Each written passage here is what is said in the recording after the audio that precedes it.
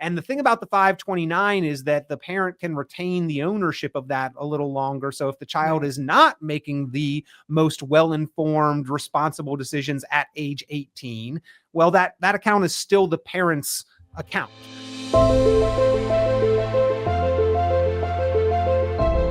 Hello, Peter. So good to see you. Welcome back, everyone. We're diving into the headlines today. A new tax bill includes a $1,000 baby bonus in Trump accounts. We're going to break down who's eligible and what it all means.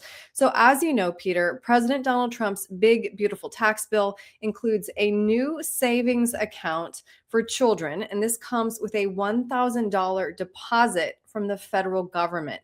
Who's eligible and how will they receive this money? So if you have a child who was born in 2025 from January 1st all the way up through the end of 2028, then you are eligible to have one of these Trump accounts opened for your child, and there will be a deposit of $1,000 made on your behalf if you enroll your child when you file your taxes. So that's sort of the initial step. And these accounts are set to launch on July 5th, 2026. So they are not even, in fruition in reality yet. They're still being discussed as something that is coming. So there's some information that we're not quite clear on, as with most things in government. We don't even know what's in it until we pass it. And then we've got to still wait and see in order to figure out how they really work. So there are a few kind of ambiguous things about this, but this year, when you file your taxes, if you had a child born in 2025, you should make sure to elect and who's going to turn down a $3,000 for their child. Right.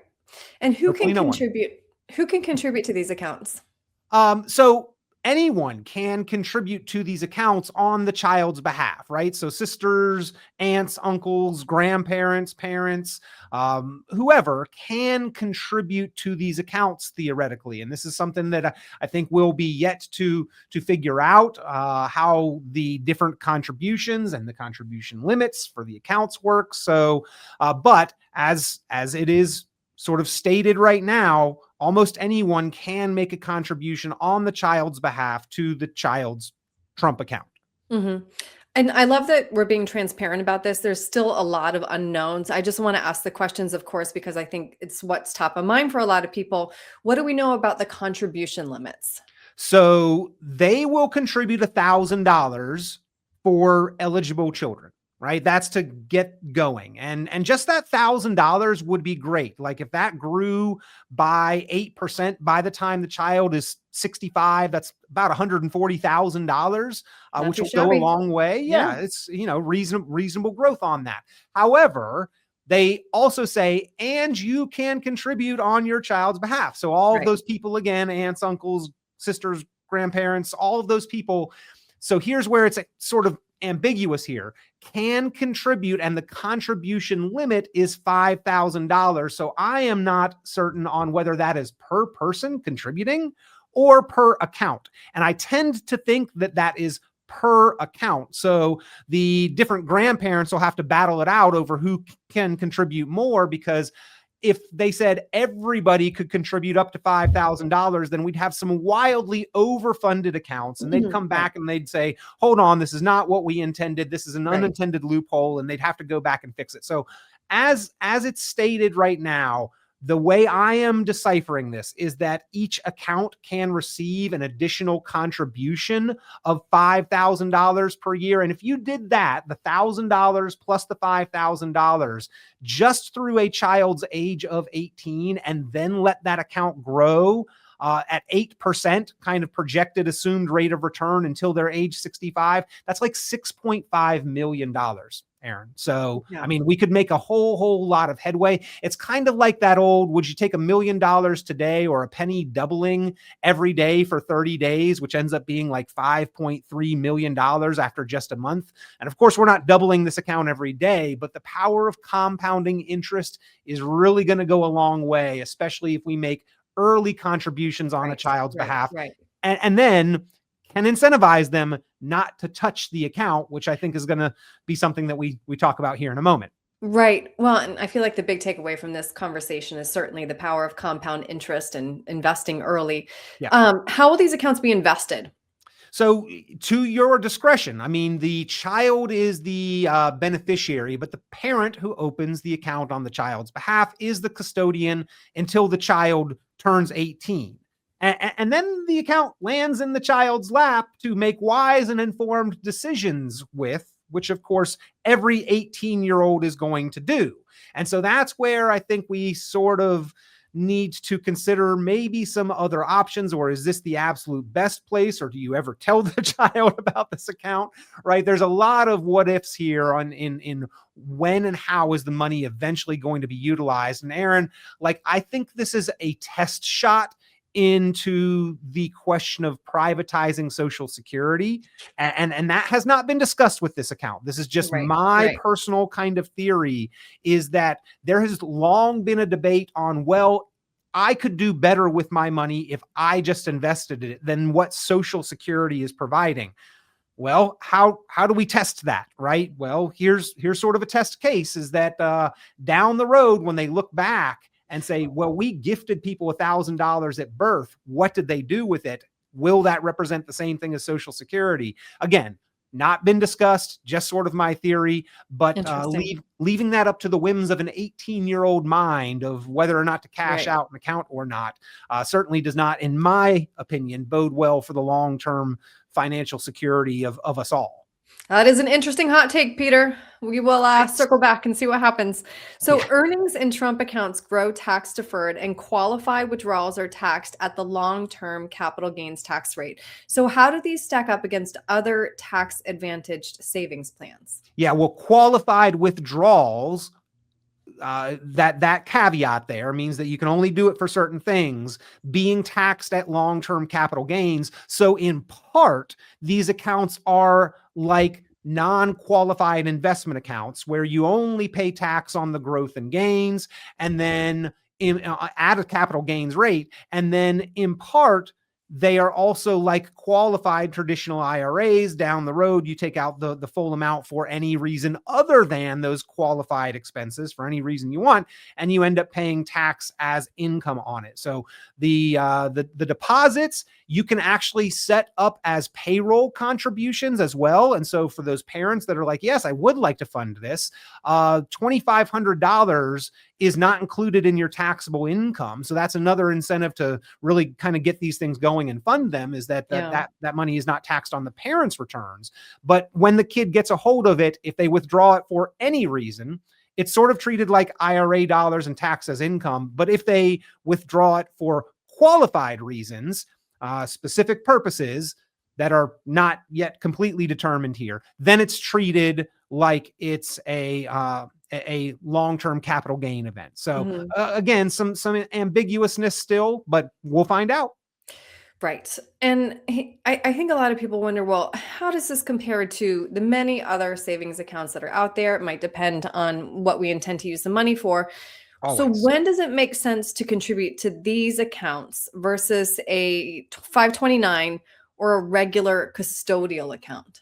Yeah, well, it depends on the purpose and the Yeah. timeline and what you intend the child to use those funds for, and then how much do you trust the child. I was actually having this debate with a couple of my neighborhood friends, and they were saying, hey, I'd like to fund a Roth IRA for my child. Well, what about the 529?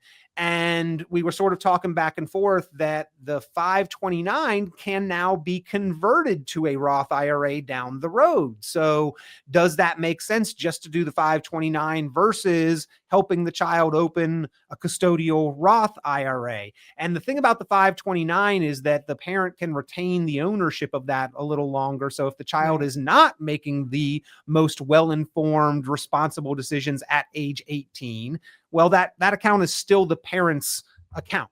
So, the child is the intended beneficiary, but the parent is still in control. Whereas the custodial Roth account, as soon as they turn of age of majority, or 21, depending on the state you're listening to this in, then it becomes the child's. Their full, discretion over whether they pull it and drain it. Similar to these Trump accounts here, where at age 18 they sort of have free range. And we'll have to really kind of see how that experiment goes, because the thought is that children by age 18 have learned some financial literacy as a result of this experiment, and we'll see how much that really sinks in by the age of 18. Yeah. I don't know, yet to be seen there. It's going to differ family to family, Peter. So it is interesting, like you said, at least giving new parents $1,000. I can imagine, I know, as a parent, that'll go a long way regardless.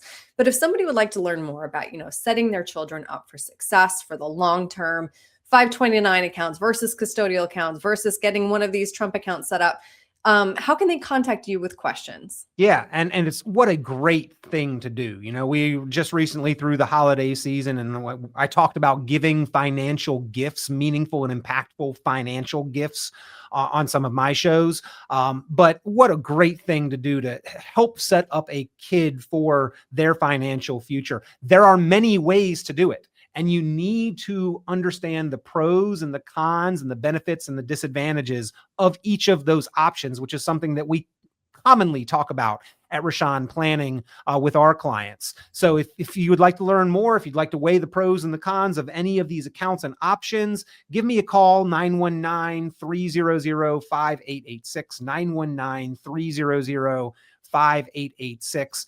And just a asterisk caveat to this conversation, only 2% of high school athletes receive college scholarships. So have you opened your child's 529 account yet? What a great thing to do to get them started. And of course, make sure that you're doing the best thing for your future as well. And make sure that you have kind of secured your own life raft first. But if you've taken care of the order of operations, you're doing things properly, and making sure that kids have that head start, there are numerous ways to do it. We'll talk them through with you. Give me a call at Richon Planning, 919-300-5886. You can go online, richonplanning.com. Lots of great resources and shows that discuss this topic there at the website, richonplanning.com. Great. Peter, thank you. Thank you, Erin.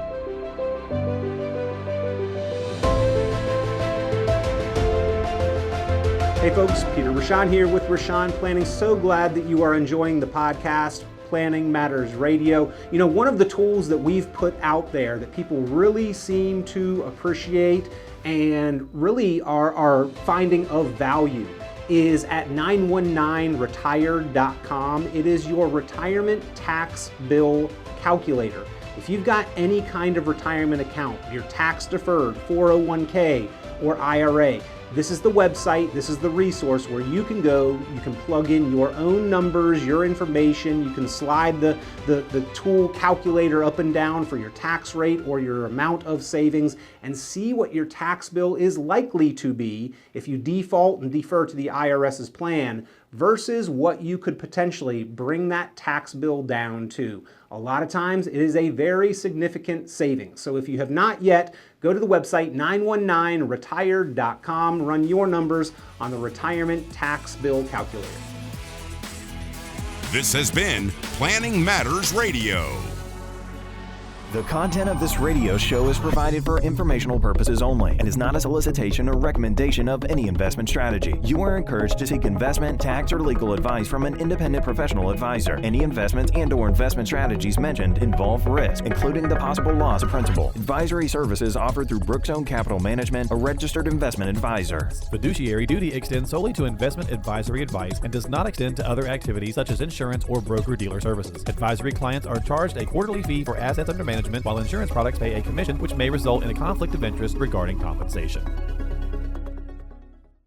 Any comments regarding safe and secure products and guaranteed income streams refer only to fixed insurance products. They do not refer in any way to securities or investment advisory products. Fixed insurance and annuity product guarantees are subject to the claims paying ability of the issuing company and are not offered by Brookstone.